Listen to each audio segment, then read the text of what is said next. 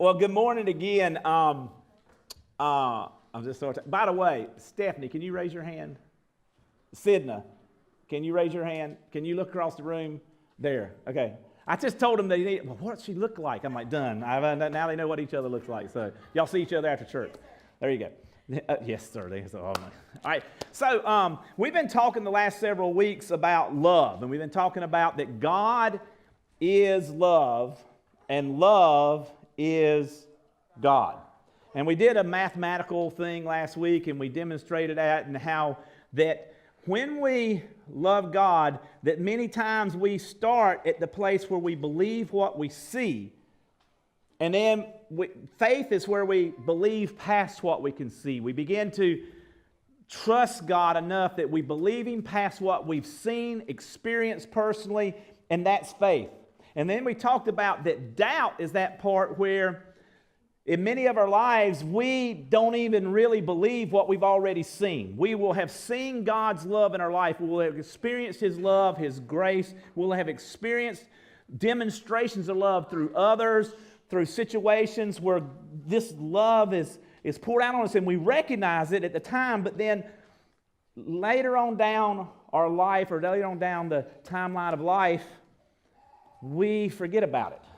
And we sometimes wonder or feel like or doubt that God will love us like that again. And we talked in the last couple of weeks about how it seems like this cycle that we keep going through. But we say that as long as we keep taking those steps of trusting God and trusting what His Son Jesus has taught us, and trusting past what we see, that over time we begin to experience a more and a complete love as we learn how to love and be loved.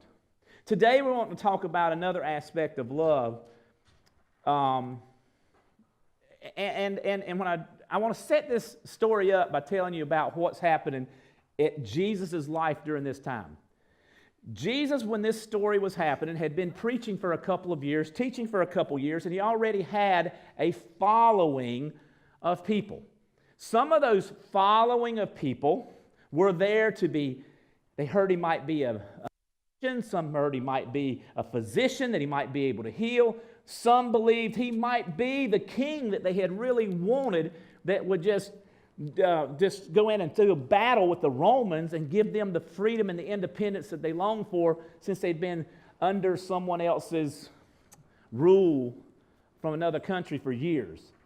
Some thought that he might just be a hope, he might be a religious thing. They didn't know.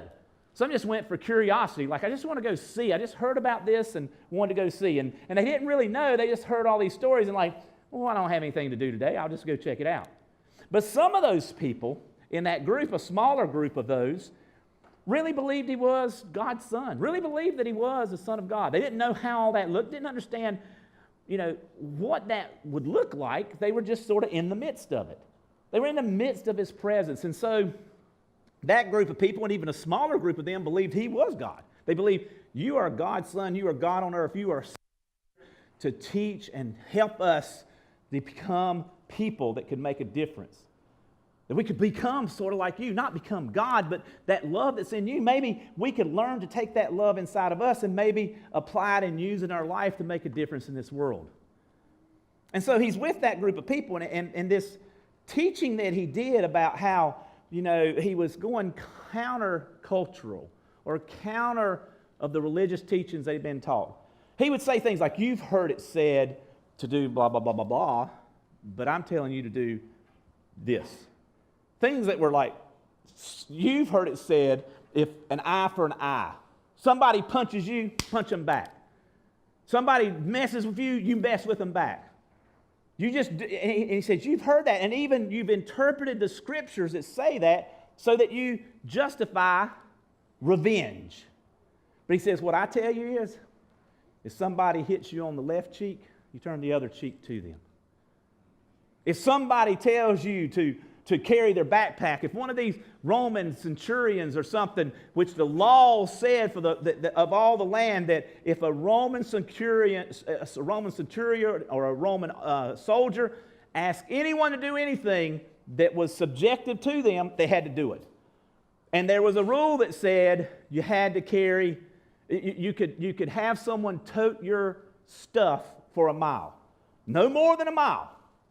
So the Roman soldiers took advantage of this, and they would say, hey, here's my backpack, here's all my supplies, here's my sword, here's my spear, here's my shield. We're not talking about a small amount of things. We're talking about a lot of stuff. And they say, carry that with me for a mile and walk beside me or walk behind me. And this person, no matter what they were doing, would have to stop what they're doing.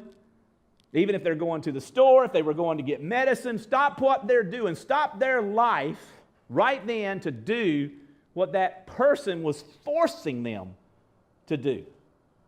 Because they were forced by the law.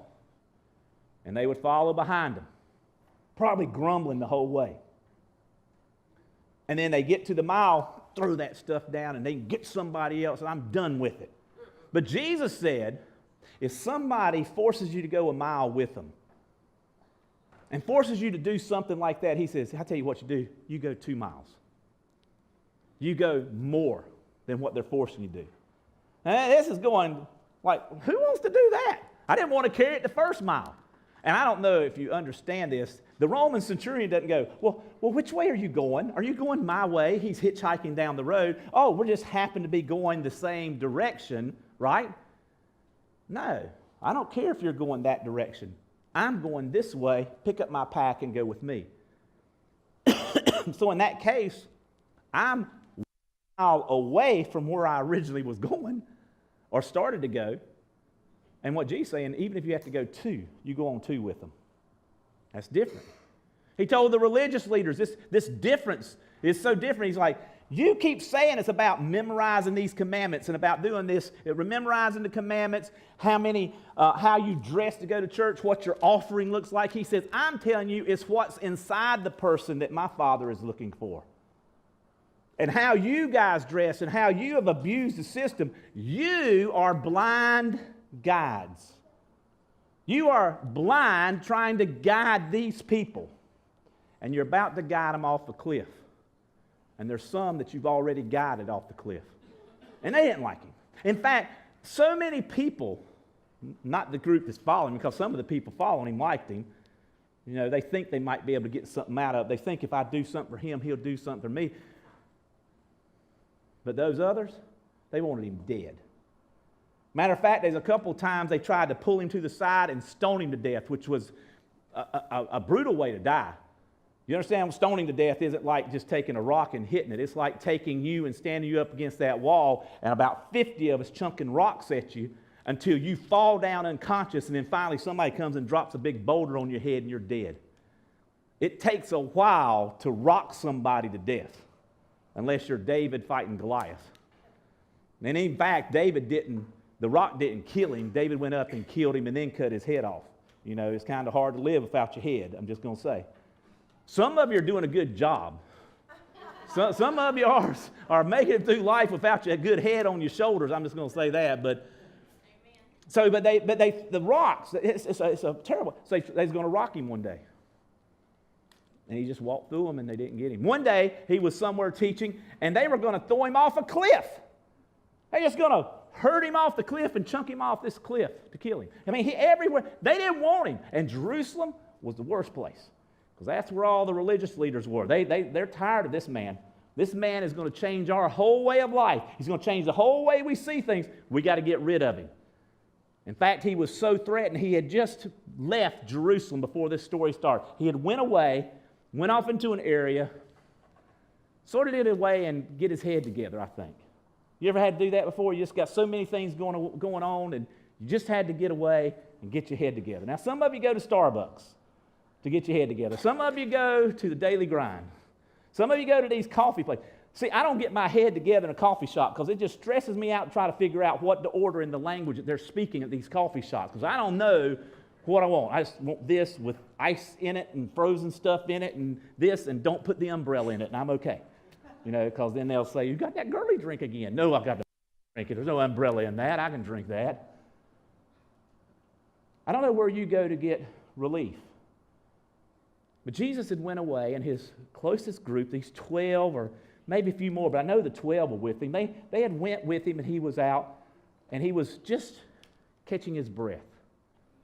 And he gets a message one day about some people he really cared for. Listen to what this says. It's found in John chapter 11, and we'll start with verse 1. Now, a man named Lazarus was sick. Now, he was from Bethany, the village of Mary and her sister Martha. This Mary, whose brother Lazarus now lay sick, was the same one who poured perfume on the Lord and wiped his feet with her hair. So the sisters sent word to Jesus, the one you love is sick. So I'm just going to stop there. This is one of Jesus' closest three friends. When Jesus was in Jerusalem, he probably didn't have many places to stay. Money was tight, didn't have the money to pay for a hotel room. He probably camped out a lot, but there was times where it's recorded where he would go to this one family's house, Mary and Martha and Lazarus, two sisters and a brother, and he would go and chill. And that's probably one of those houses where they just had a little space there and just like, man, you just be Jesus. You know what? You want to take your shoes off and walk in the house? On in. Just make yourself comfortable. Yeah, we know you got those 12 with you. We'll feed them too. In fact, Martha, she gets all up in about that stuff, and she gets anxiety because, the other two, the brother and sister, are going, oh, come anytime, Jesus is great. Martha's going, my gosh, I got to clean the house again. I got to fix this, and I got to wash that. Now Cinda's pointing herself. Anybody else is like that? See, I've been wanting to have life groups at my house. That's our small group meetings, life groups. But my wife, I love her. But you ain't coming to our house till we get some new flooring covering in, because our carpet looks bad, and you ain't coming to our house. It's like you come to the house, I'm supposed to meet you at the door and talk to you out there, because don't come in the house, because you're going to see all the mess in there, I'm joking about that. But there's a part where we all stress out about that. My mama used to have meetings at the house. She was, she's a church person, and they had this women's group that used to come. They called it, in the Methodist church, they called it a circle meeting. I don't know, they never circled up. They just sort of hung out together. I don't know, but Mama would always make this good food. She would make good food because those women were coming. And she said, y'all can have anything that's left over. You stay out of it now, but clean your room. I'm like, they're not going to my bedroom. Well, I got to clean my room. You clean the room and you get, I'm talking about getting the duster thing out and dusting on top of the curtains. Who does dusting on top? Well, maybe y'all do it at your house. I don't know. But all of that cleaning, all that stuff, and oh, by the way, going back to that, those women eat all the food. There was never leftovers. You understand that? I never really liked the circle meeting come to our house because it's like it was a trick. But anyway, what was I talking about? Oh, so he got this place where he comes. Martha might have a little anxiety when he comes, but for the most part, these three people are pretty close to Jesus. He can be himself there. Maybe you've got a place like that. You can be yourself there. You can be with somebody and you don't have to be on. You know what I mean? You don't have to, just it's okay. Let your hair down, relax. And so this is his place. And so they find word from the sister sending word, hey man, Lazarus, the head of our household, he's sick. And you love him. When he heard this, Jesus said, this sickness will not end in death. He's Jesus. He knows everything. Okay. No, it is for God's glory that God's Son may be glorified through it. Now, Jesus loved Martha and her sister and Lazarus. So when he heard that Lazarus was sick, he stayed where he was 2 more days. And then he said to his disciples, let's go back to Judea. That's the county that this town was in. But Rabbi, or teacher, they said, a short while ago, the Jews were trying to stone you, and yet you're going back? Jesus answered, are there not 12 hours of daylight? Anyone who walks in the daytime will not stumble, for they will see by this world's light. But it is when a person walks at night that they stumble, for they have no light. After he had said this, he went on to tell them, our friend Lazarus has fallen asleep, but I'm going there to wake him up. His disciples replied, Lord, if he sleeps, he will get better. Jesus had been speaking of his death, but his disciples thought he meant natural sleep. So then he told them plainly, Lazarus is dead. And for your sake, I'm glad I was not there, so that you may believe. But let us go to him.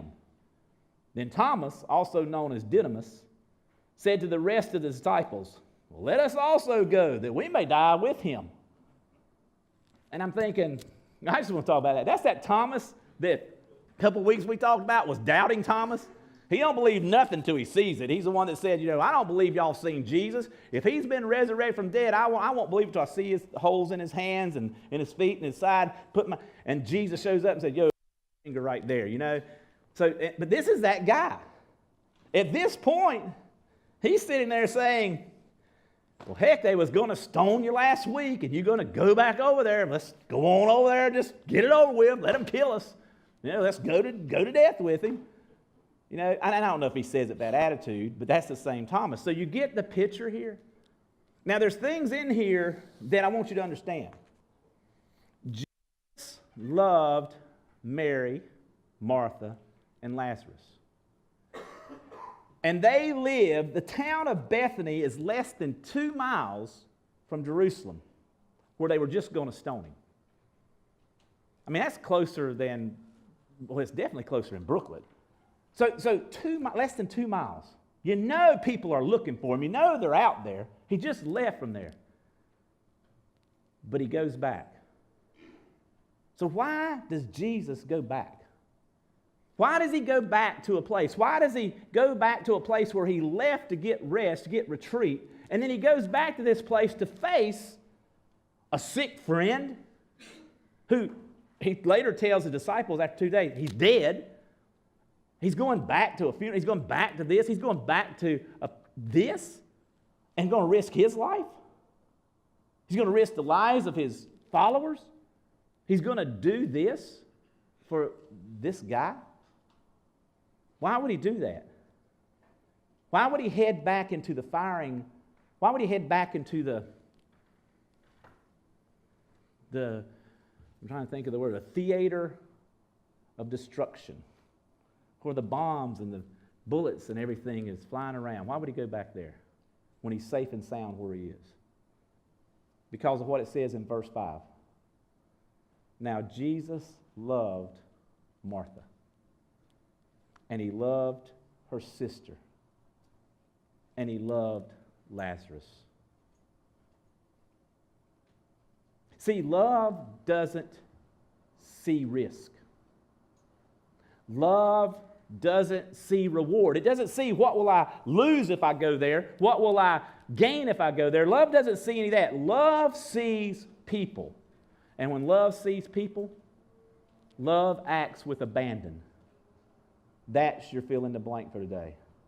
Love acts with abandon when it sees people.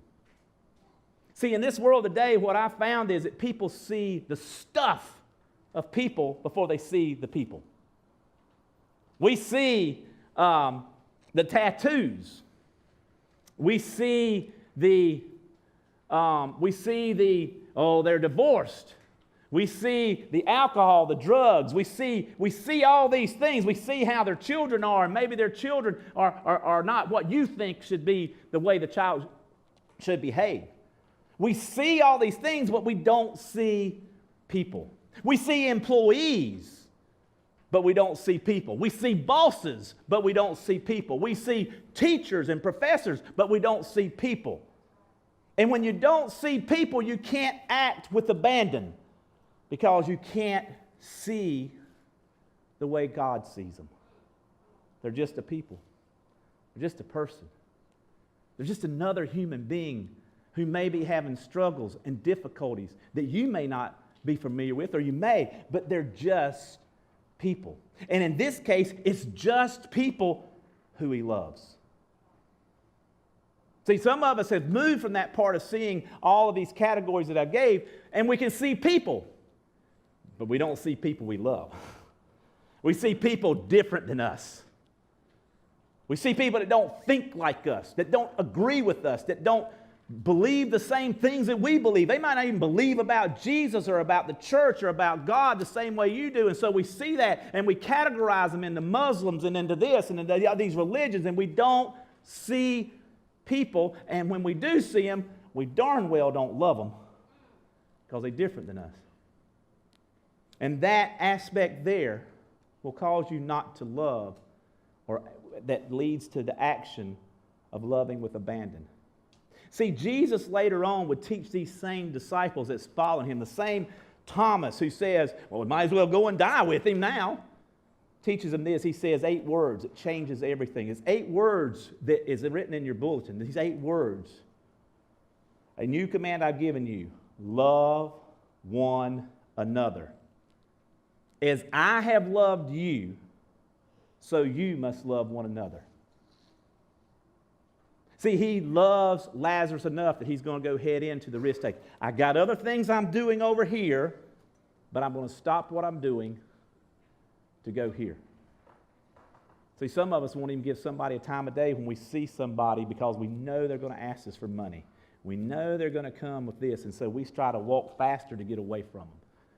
You ever done that before? You ever seen somebody? You ever been in that state where you see somebody and they might, you just know. I mean, there's something about it. They used to make fun of me when I would go places. It's like, they'd be a group of like 8 of us go out to eat somewhere, and there'd be somebody in the parking lot going around asking for money. And I'm the one they always hit. And I never understood that. I don't understand why, you know what I'm talking about, Jody? Because it's just like, it'd be all of us. I don't look that different than everybody else. The difference was I always made eye contact with them. And everybody else looked at their shoes or the ground or began a conversation about nothing, so it looks like they're doing something more important than paying attention to that person. And I'm always the one that would look at them and see them. And I really tried to see a person. And then there's sometimes I struggled with trying to love them when I hear the stories. Or when I see and remember them and they don't remember me and I know what they told me before a couple months ago. And I still have to love them again. Do you understand what I'm saying? And that's hard. That's hard. Love one another as I've loved you. He headed to the risk. He didn't look for a reward out of that. Later, Jesus would say this, greater love has no one than this, to lay down one's life for one's friends. He later would tell his disciples, I no longer call you friends. See, that's where I'm wanting to head to. I'm wanting to head to that spot where Jesus calls me friend. He just comes and hangs out with me, and I can hang out with him, and I can just be Dorsey. I don't have to be the preacher. I don't have to be the daddy. I don't have to be the grandpa. I don't have to be the husband. I don't have to be this person in the community. I don't have to be a son. I don't have to be, you understand? I can just be me. And I can be afraid and not be ashamed. I can be confused and not feel stupid in front of Jesus. I mean, you ever been so confused that you don't want to tell anybody just because you're scared they're going to think you less of something? Or maybe you just have struggles that you struggle with, and it's just like, to the world it looks like a simple thing, but to you it's the most complicated thing that there is. It's just like I can't make this move. I can't make this step. I can't do this. I don't even know what to do, and anxiety just builds up.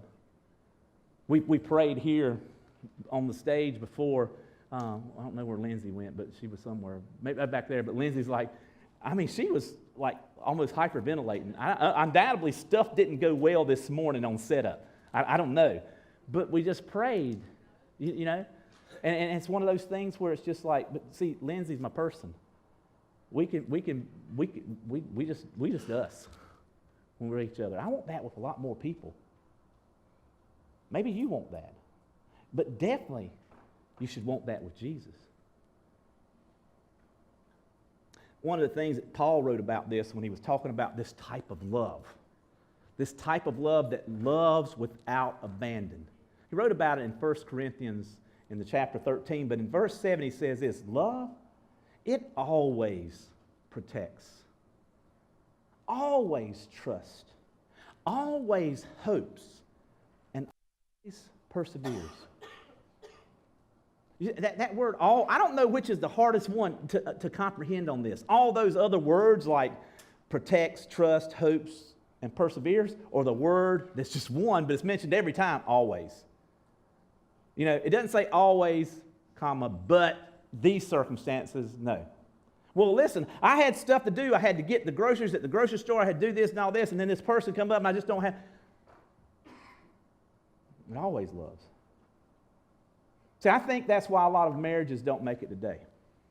Because that word always doesn't mean what it used to mean. It just doesn't. Now, that doesn't mean that there's situations, but what I found is that they don't always love that person and be willing to sacrifice when it calls for sacrifice. They want to be them. And then there's some that goes through very difficult times, and I mean, there's really tough stuff. And then it just doesn't make it through that tough stuff. But then the person feels, I'm never going to be loved again. Never going to find love again.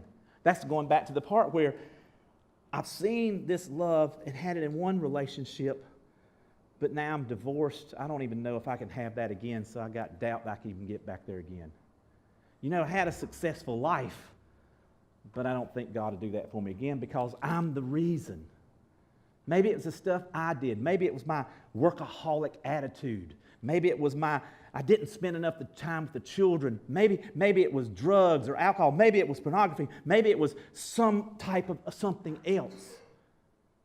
And He won't forgive me for that.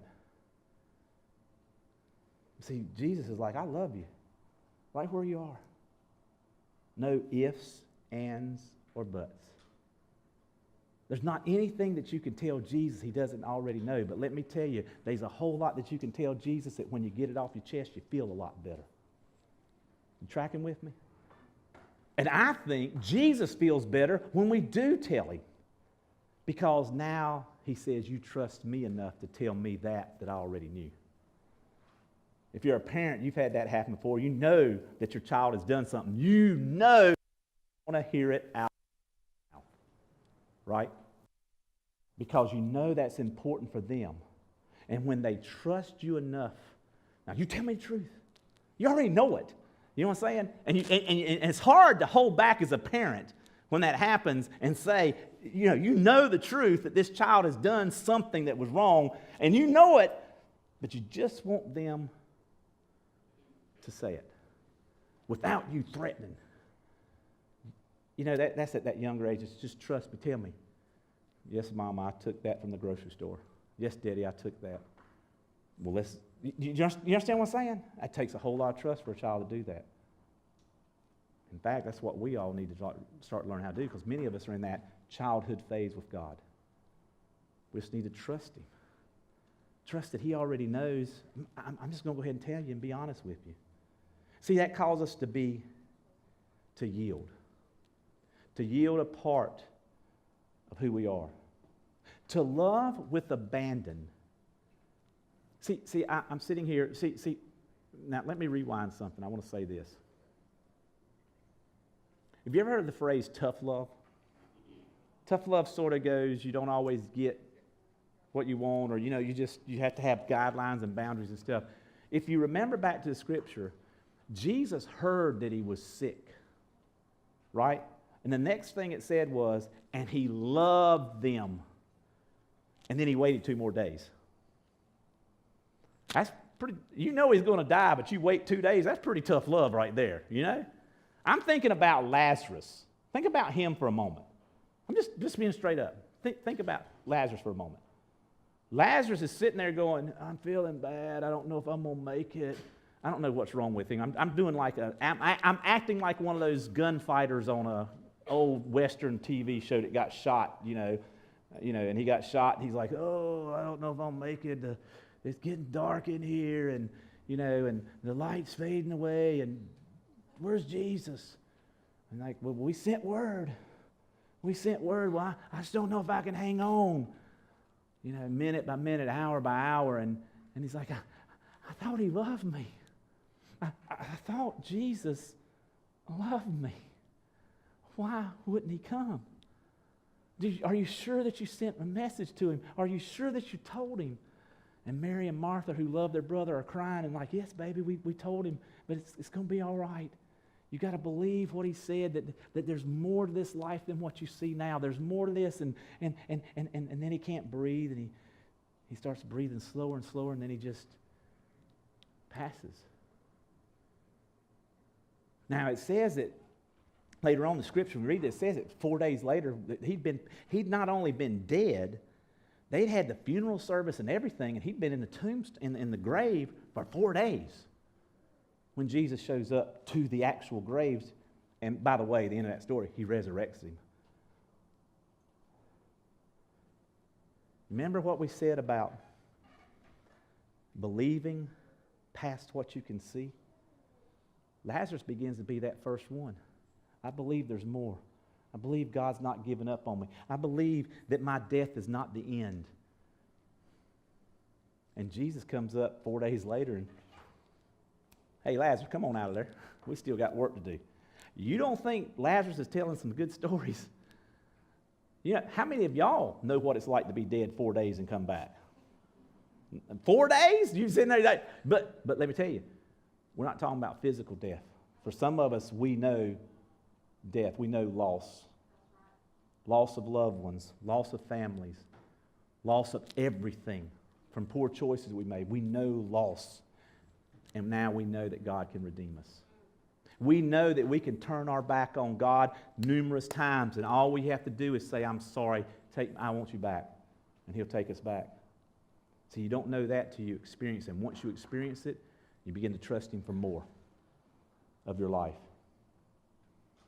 I had a thing I wrote down here that Bob Goff said in a book called Love Does. He made this statement one time. He said, I used to be afraid of failing at something that really mattered to me.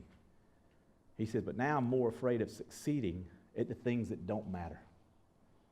See, some of us are succeeding at being independent, but we're failing at the most important thing, and that's being dependent on God. We're succeeding in this world, but we're failing at loving as God loved us. We succeed at getting around and talking to everybody and being a person, outgoing person, but we fail at seeing people and loving them. But my hope is today that you would have a conversation as the band comes forward with God, that during this conversation, that you would ask Him, you know, Father, where have I not loved others as you've loved me? Where have I been so selfish that I don't see the people, just see their stuff?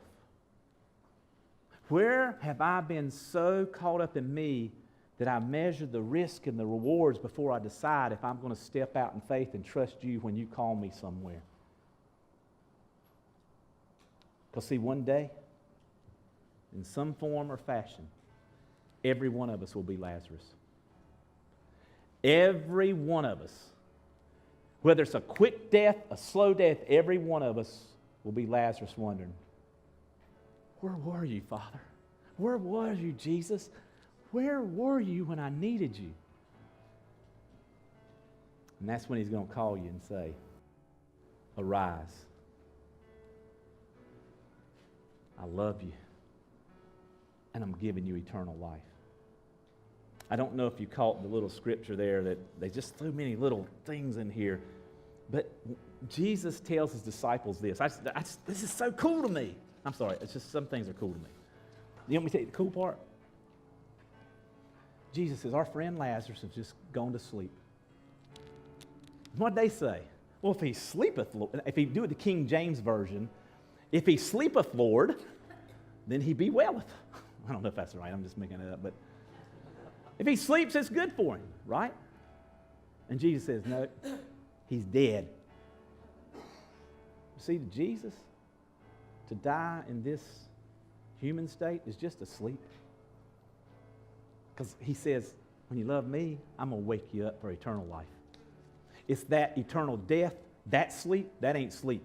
He don't call hell sleep. He calls that eternal death. So what do you fear the most of? What's holding you back from loving God and following Him with all abandon and taking your next step with Him? If you need prayer, we got people that would love to pray with you. Just raise your hand. You can meet them back at the back, or I'll pray with you. But know that God hears you no matter how far you think you are from Him, because He's right here with you now.